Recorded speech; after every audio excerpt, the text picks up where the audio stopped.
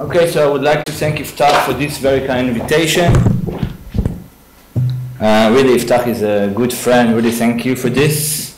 And I'm honored to give this talk, which is based upon my new book. It's not in our brain. To be published in Magnus, I hope, in the next few weeks. I'm stuck with the index for, I don't know, 2 months. So in this talk, I will use the notion of the Uncanny, which you are probably very familiar with, or unheimlich. I just been said it should be said unheimliche. I'm not sure about the German.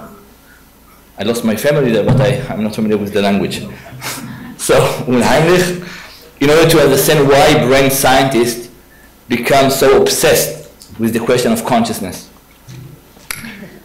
So I would begin by presenting the hard problem in the study of consciousness, and thank you, you did much of the work, but then I will present the notion of the uncanny.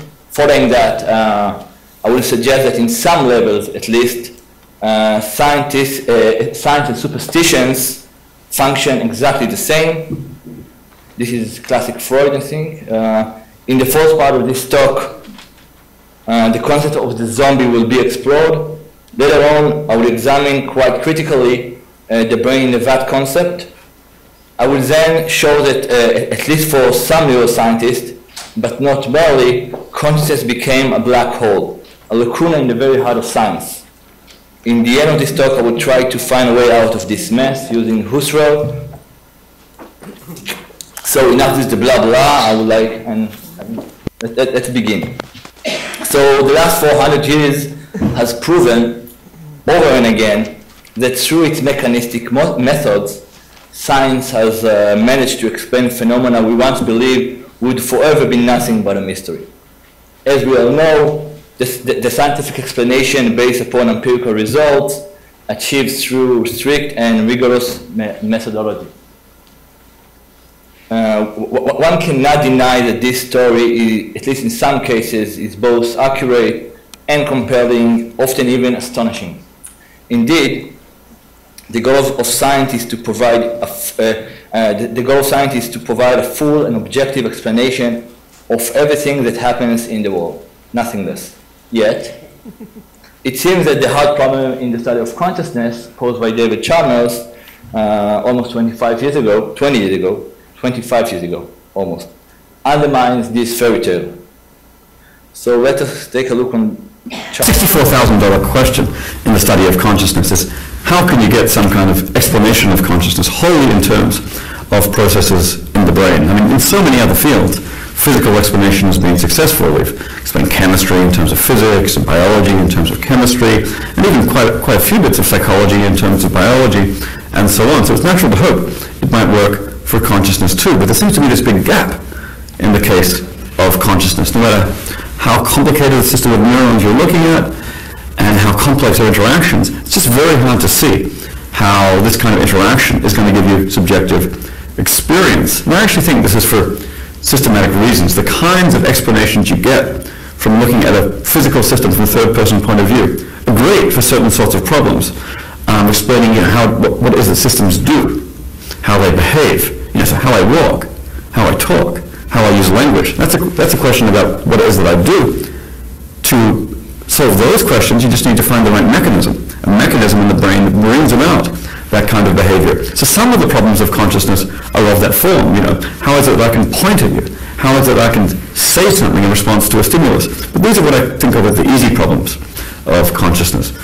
The question that really gets us going in the science and the philosophy of consciousness is what I call a hard problem. How is it that all this physical processing in the brain gives you subjective experience? Why does it feel like something from the first person point of view? And the trouble is that all of these third person explanations of brain and behavior and so on, no matter how objectively satisfying, always seem to leave this further question open. Why is all it accompanied by subjective experience? And my own view, at least, is that for systematic reasons, any purely neurobiological explanation is never going to answer that question, the hard problem. So we need something else. So the most important thing about Chalmers is that he made a haircut. And he's looking much more normal, but he's still with the same coat. אגב, רואים את המסך או שתכאור? Okay, so according to Chalmers, the subjective experience, okay, that is consciousness. Just I want to stress, for Chalmers, subjective experience is consciousness. It's quite the same. It's beyond functional and neural explanation. Thus, while functional and neural explanation might solve the easy problems, namely our cognitive abilities such as attention, memory, and the like, functional and neural explanation fail to give a satisfactory mechanistic explanation for the subjective experience. So in that sense, the notion according to which our mind is nothing but a software, whereas our brain is identical to a hardware, that is to a computer, which to it end, for it fails to explain the subjective experience. Thus, according to Neil Postman, who is for me at least, he is one of the most important thinkers of the technological age. He said, what we have here is a case of metaphor which gone mad, a crazy one. Indeed, there is not a good reason to believe that our computer has a subjective experience. Okay, according to the easy problems, if it's all about easy problems, so my computer he need to have some kind of subjective experience. And yet, we do have a subjective experience.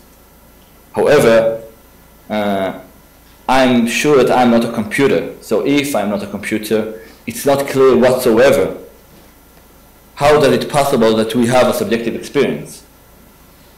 I would like to return to the main root of this talk, that is to the hard problem in the study of consciousness. And I must point out that A, correlation, this is very important, correlation between brain activity and consciousness are far from implying that there is, in fact, a causal relationship between brain activity and consciousness. Let me stress, this picture is merely a colored brain. It is not a scientific explanation. Sadly, in many cases, I see that in neuroscience, they tend to replace amazing graphic with scientific explanation. To be as clear as one can be, this is not a subjective experience of orgasm.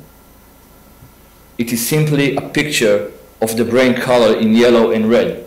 It is not an explanation. In fact, it's not explaining anything. It's simply picture. If I were ask a neuroscience to explain the notion, without this picture, we will discover that the king is naked.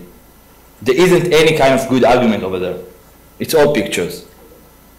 B, okay? As things stand today, we do not even have satisfactory evolutionary explanation for why consciousness developed in the first place. Okay?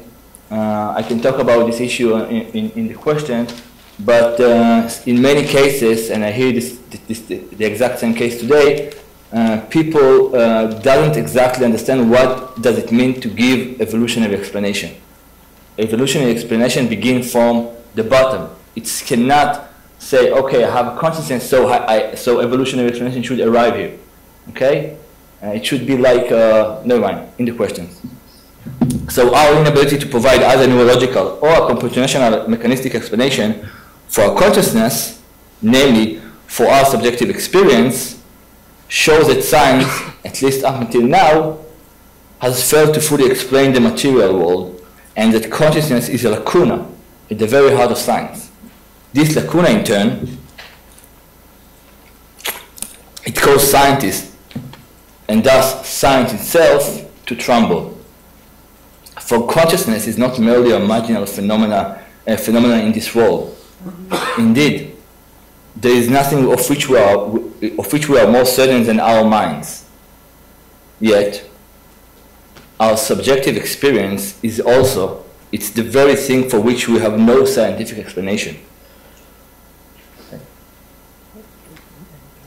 This crisis results in a sense of the uncanny, das Unheimlich. The uncanny is that class of the frightening which leads back to what is known of old and long familiar. I will read it once again. The uncanny is that class of frightening which leads back to what is known and old and long familiar. Thus, in essence, the Unheimlich is, in some way or other, a subspecies of the Heimlich. Once again, because this is really important for this talk. The Unheimlich is, in some way or other, a subspecies of the Heimlich. Indeed, scientists, and thus science itself, have begun to develop a sense of the uncanny. For perhaps scientists can explain many external phenomena in their lab, but they have failed to provide a satisfactory explanation for their own mind, for their own subjective experience. In his essay on the psychology of the uncanny, first published in 1906, Ernst Jentsch considered the emotional conditions necessary for the sense of the uncanny to emerge.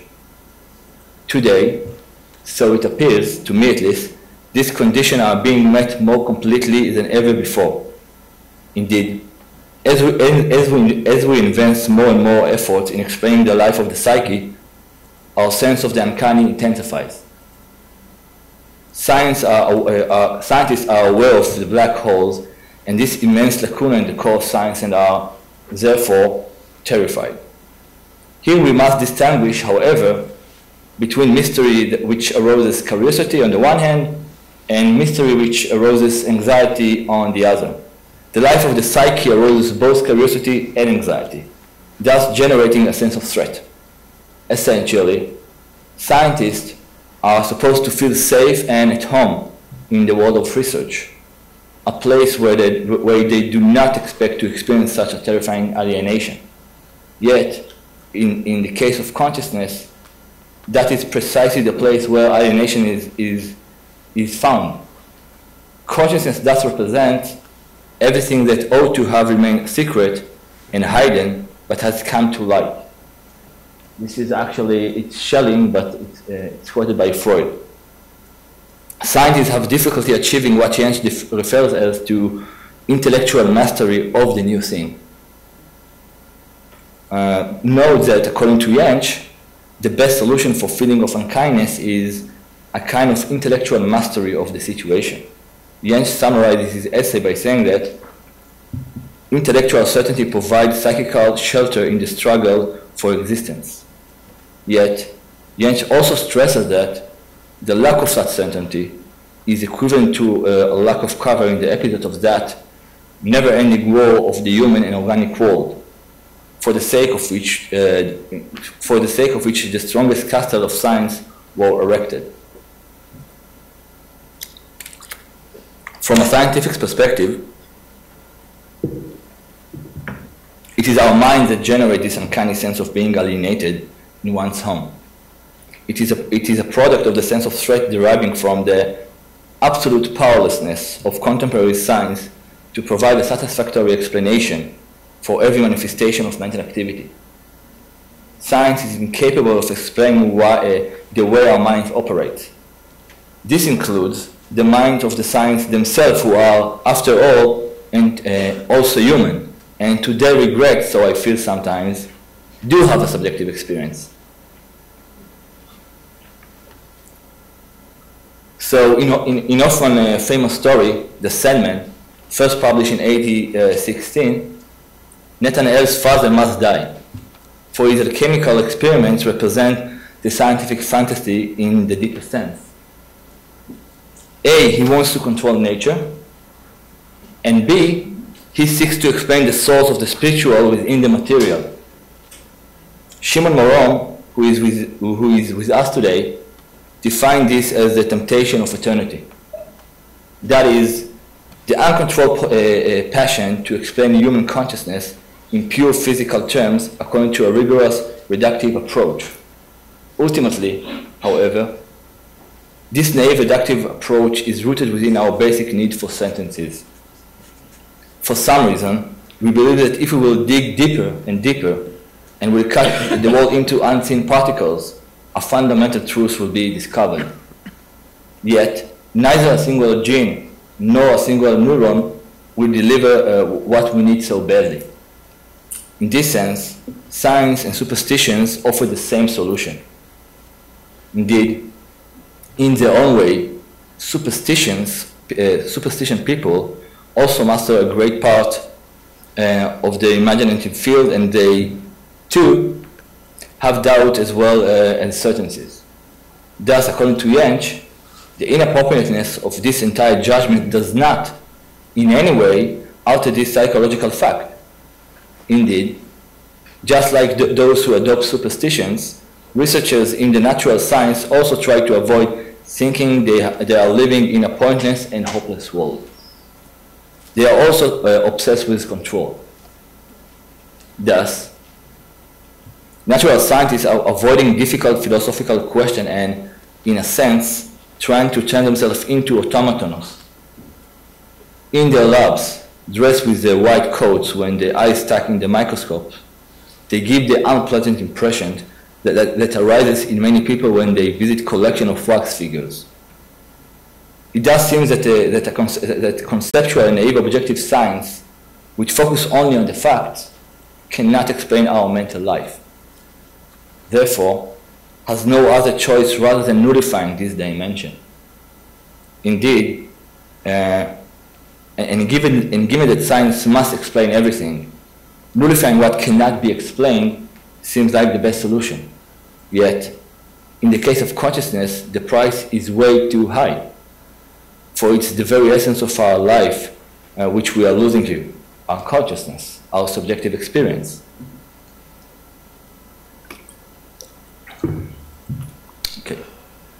Scientific work seems to arouse doubt as to whether an apparently living being really animates, and conversely, doubt as to whether a lifeless object may not, in fact, be animate. Indeed, more and more researchers investigating consciousness and the brain have begun asking the following basic question: how can we know that those around us are not zombies? Okay, I would like to show you what David Chalmers said about this question. I think consciousness exists, and that I seem to have a focal point, but you can show that activity of the brainstem, so-called reticular activating system, makes you focus on visual things or auditory things. So, you know, you think you're this unified consciousness, but really you have these streams of data that you're focusing on, and that's all it is. I tell you what, I can question your consciousness.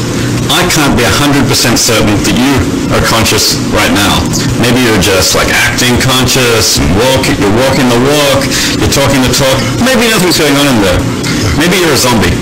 I can't question my consciousness. I'm experiencing it directly. All right, it's more real to me than anything else. Tell me about zombies. You've really had a major impact in the philosophy of mind by talking about zombies. It's a funny word, but there's some significance there. Well, there's a lot of kinds of zombies, you know. There's the zombies in the Hollywood movies. I guess they're dead. They come back to life. And then there's your Haitian zombies. I guess they've had some kind of voodoo poison. They lack some kind of free will. But the zombies that philosophers are concerned with, they're just like you and me, but they lack consciousness. They walk around acting like a conscious being, talking like a conscious being, but they're not conscious. You stick them with the pin, they say, ow. Exactly. And you ask them, are you conscious? They say yes. No one thinks zombies actually exist. I'm not a zombie. I don't think you're a zombie. But we can at least make sense of the idea. They seem to at least be imaginable. You know, you say, could God have created a world with zombies? To use a metaphor here for a second. It seems like God could have done that. Our world is not a world of zombies. We're not robots. We're not automata. We're conscious. That itself is something that needs explanation. So the fact that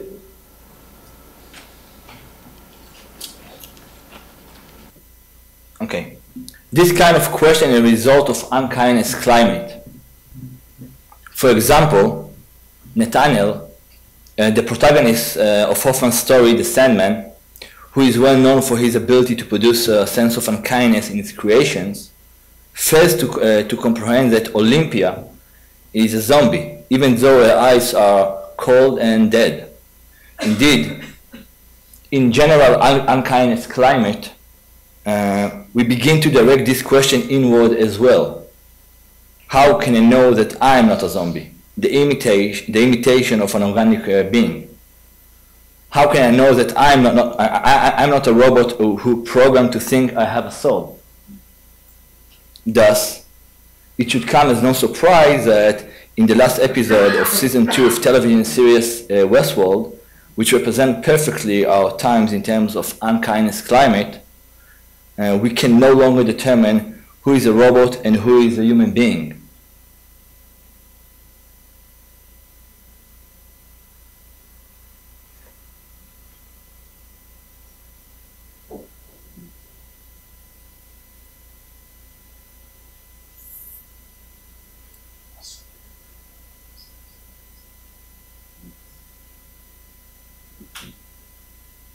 We are in a moment in history of mankind in which we are on the verge of losing the ability to identify who is a robot and who is a human being.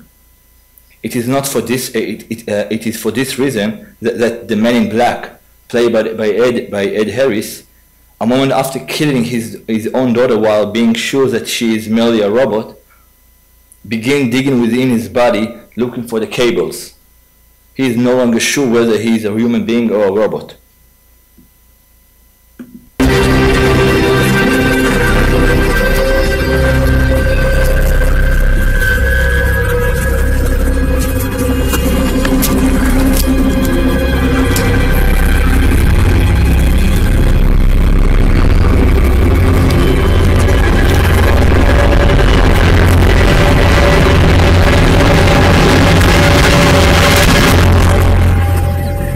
Seems you've begun to question the nature of your reality.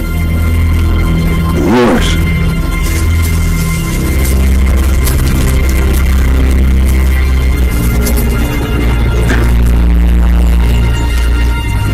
Where's Teddy? Drove him away. I guess I drove someone away too. Emily? Found her body and walked back up the trail. More like than seen. For nothing alike. I will not tell you who is a robot and who is the real person, but it's a great question. So in the finale of Westworld, we discover that although the Man in Black didn't find any cable, he is nevertheless might be a robot after all. It is not clear at all who and what is the Man in Black. It is quite amazing how the net is full with theories about this question. Yet I believe it's not for nothing. Indeed, Westworld represents the most deeper scientific anxiety that we all share today. Who and what are we? We should acknowledge, however, that this anxiety has a deep historical roots, known as the golem. Yet, science took this notion of a zombie or a golem a step further. I'm fine, thank you very much. How old are you? I was activated this year. Where were you born? I was first activated in Hong Kong. Do you have a girlfriend? Yes, I like women very much.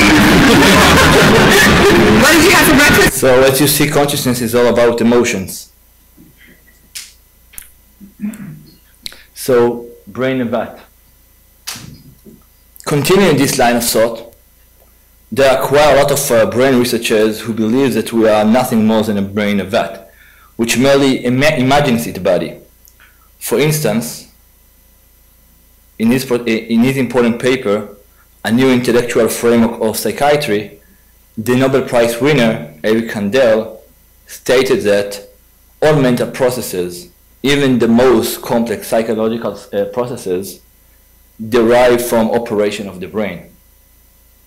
Fundamentally, according to the brain in the VAT approach, our body is nothing more than a phantom. As Ramachandran, for instance, he argues that. I think this is Freud's statue. Am I mistaken? I wasn't sure. He argued, because he admired Freud, as you know. He argues that your brain,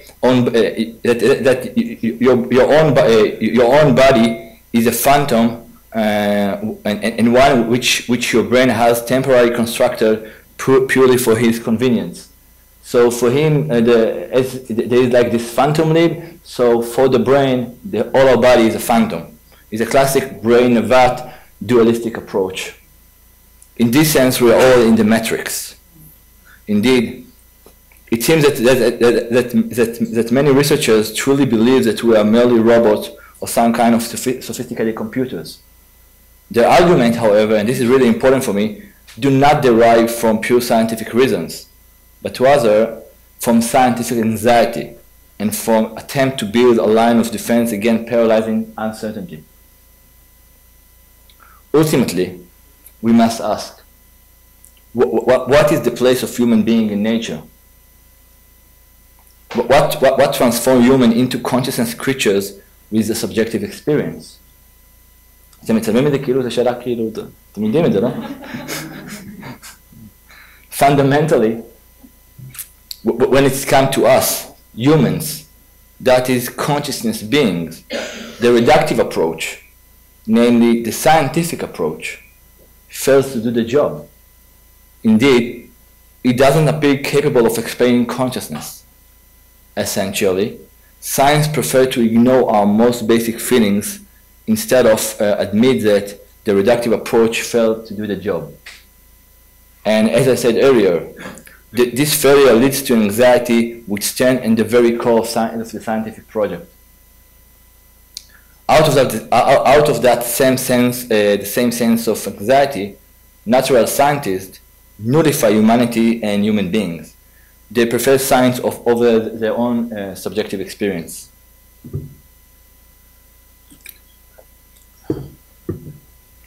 The unkindness in the world of science lies in the fact that scientists know there is a black hole at the heart of science, putting everything into it's pulling everything into it and leaving nothing behind.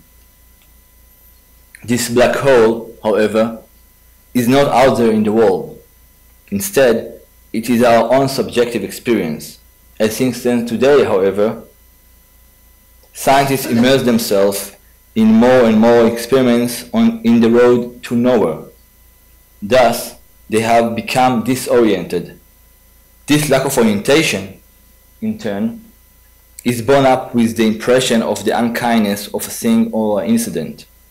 Quite amazingly, and given the ambition of the human brain project, which Idan Segev is one of his founders, his statement in a lecture titled "New Discoveries in Brain Science in the Field of Learning and Memory," which was broadcast as part of a radio lecture series in Galei Tzahal, is quite amazing indeed. Yet, before presenting his own statement, I would like to show you how the Human Brain Project presents itself. What makes us human?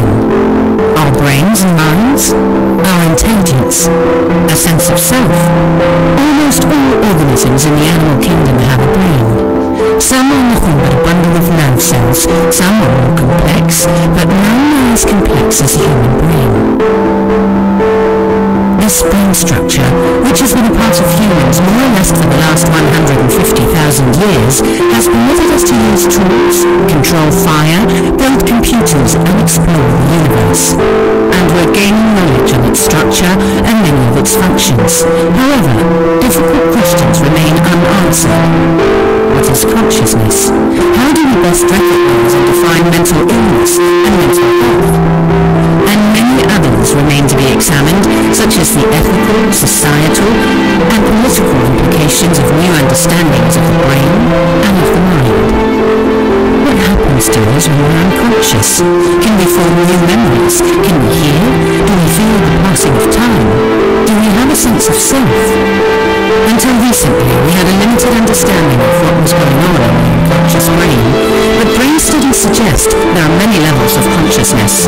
It is more a spectrum than a simple question of on or off. If you could still be sentient while unconscious, in other words, if you could still be there, even though you can't react or communicate, we might be forced to reconsider how we treat unconscious patients. As we probe the human brain, Trying to understand human intelligence, it seems logical we would use our knowledge to develop even more intelligent supercomputers and build advanced robot technologies simulating the human brain. Indeed, the Human Brain Project is creating a European research infrastructure. So you can understand the project, yeah, is to building a robot which is identical to us. So with this in mind, I would like to return to Segev's own statement in his lecture, okay, in the radio. So in this lecture, he admits that as things stand today, and this is like, the quote is from Hebrew, but it is an exact quote.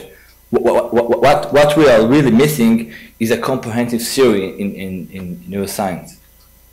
With this in mind, I would like to stress that as long as there is no comprehensive theory of how the brain works, the potential of brain research remains completely hollow. Indeed, every year more and more findings pile up, yet, in the overall picture, it adds nothing. In turn, the anxiety becomes deeper and deeper. Note that as long as there is no such overriding theory, the brain remains a stranger to us. For as Jens put it, only a familiar object loses its terror. Clearly then, our own minds have become our biggest threat, the source of our anxiety. Hence, in a world in which humans are nothing more than a brain in a vat, the inability to understand the brain has become the major threat, our major threat. Yet, these threats come once again from the inside, from what is supposed to be familiar. As such, it generates a sense of unkindness. In short then, by its very nature, the world of science seeks to explain the universe. But when it comes to the most fundamental question of explaining the human psyche, our own subjective experience, science has failed, at least up until now. As science progressed and solved more and more problems, the truly hard problem, that is the hard problem in the study of consciousness, become even more threatening. Thus, in the current situation, humans constitute the central threat for science. Despite this major financial resource invested in attempting to understand the brain, it is unclear how much progress, if any, has been made toward achieving this goal. As noted, the objective is not to understand the brain in itself, this is really important, but rather the human psyche, or better put, our soul. So I have like a pessimistic summary, and then a colleague of mine from the US say I always need to finish with optimistic summary, so I add some kind of optimistic view. So essentially, becoming outstanding mechanics will not satisfy us. We want to touch the Holy Grail, that is, consciousness itself, the essence of humanity. Indeed, it is not for nothing that the first conference in the new building of Edmond and Lily Safra Center for Brain Sciences, this is the first, I think, conference. He received the very modest title, What Makes Us Human, From Genes to Machines. Likewise, it is not for nothing that they did not use the word humans. And given this goal, and given that today the essence of humanity is being reduced to the brain, and given that consciousness, which is the essence of humanity, is far from being understood, it should come as no surprise that human consciousness has become threatening to scientists, and as such, must be repressed or destroyed. Yet, this goal is not easy to achieve, for while consciousness possesses an inner threat, in some senses it is nonetheless our only certainty about this world. All right. Okay, so I would like to finish this talk by suggesting a way out of this mess. It's not a real way out, but I hope it's some new direction maybe. In his last book, Marom describes an imaginable yet possible dialogue between Freud and James. Whereas Freud considered to be the father of psychoanalysis, James considered to be the father of functionalism. That being said, Marome's imaginary dialogue is extremely important. I believe that Shimon will talk about this dialogue later, so I'll put it aside. Hence, I would like to add a third figure to this dialogue, another white man with a beard, Husserl. So the reason I want to add Husserl to this imaginary dialogue is that in the end of the day, we are much more than a bunch of functions.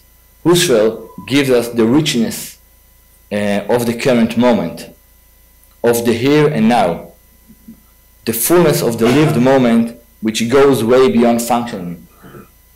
Thus, during the beginning of the 20th centuries, Husserl developed his own phenomenological psychology approach. Among other things, he developed his own unique phenomenology. Okay, so he developed like both phenomenology in philosophy, but also phenomenology and psychology. Okay, so this is phenomenological psychology. In short, phenomenological psychology tries to explore the structure of consciousness based on the subjective experience. I would like to stress that phenomenological psychology takes the subjective experience as serious as one can get. Indeed, one of Husserl's goals was to build a rigorous science of the subjective experience. For Husserl, a rigorous science of the subjective experience must, first of all, adopt a first-person perspective. Okay, this is like science from a first-person perspective. That is, to treat the subject as a subject and not as an object. Husserl further talks about possible bridges between empirical psychology on the one hand and phenomenological psychology on the other hand. I will not get into the details. Yet, in the last 25 years, there is a growing interest in this possible dialogue. Together with Aviva Berkovich, my colleague in the last 10 years, we take this notion to the lab, creating a dialogue between the subjective experience and brain research in the lab. Yet, something is nevertheless missing. It is the deep insight of the psychoanalysis which we are lacking so badly, the ambition to present a full-blown theory. I believe that by combining phenomenology, neuroscience, and psychoanalysis, we may go a step further in our understanding of the human consciousness. Yet, we should learn something from the past and remain modest and humble. Thank you.